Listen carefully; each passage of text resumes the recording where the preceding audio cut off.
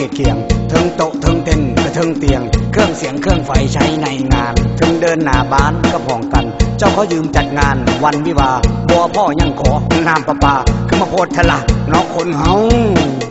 มาอย่างแค่ผู้สาวยืมหน้าบ้านเขายืมเครื่องไฟเขาเยี่ยมหัวใจคัดแน่มาโพดแท้นกเจ้างานแต่งงานนี้ของงานน้องเข้าของเครื่องใส่ของบ้านอายถ้ามาพริกเข้าครัวหัวคิงไข่ถ้าน้ำคงน้ำแข็งก็ยืมเฮาเต่ากงเต่าแกะแล้วก็ขนเอาไข่ในเราใส่ผ้าขวัญเฮ็ดมันลงไปโลดเนื้อนวลแนวใดมันสิมวนเฮ็ดลงไปบ่ต้องเกรงใจอายซ้ำนี้อายบ่ตายไม่ขี้ไก่บักบายอย่าให้มันเหงาซอกหมอกอยากได้บอกสิจับให้คุกถังกระมังสอนคืนนี้เขาสิตอนเจ้าเข้าหอเขาได้นอนกอดนางแต่ล้างหม้อเต็นเก็บเตียงและเครื่องไฟ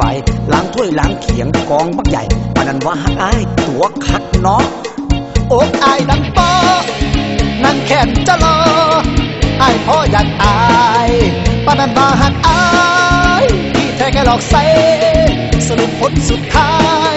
อายเป็นหมาหัวเน่ามานั่งเอาเข่าของ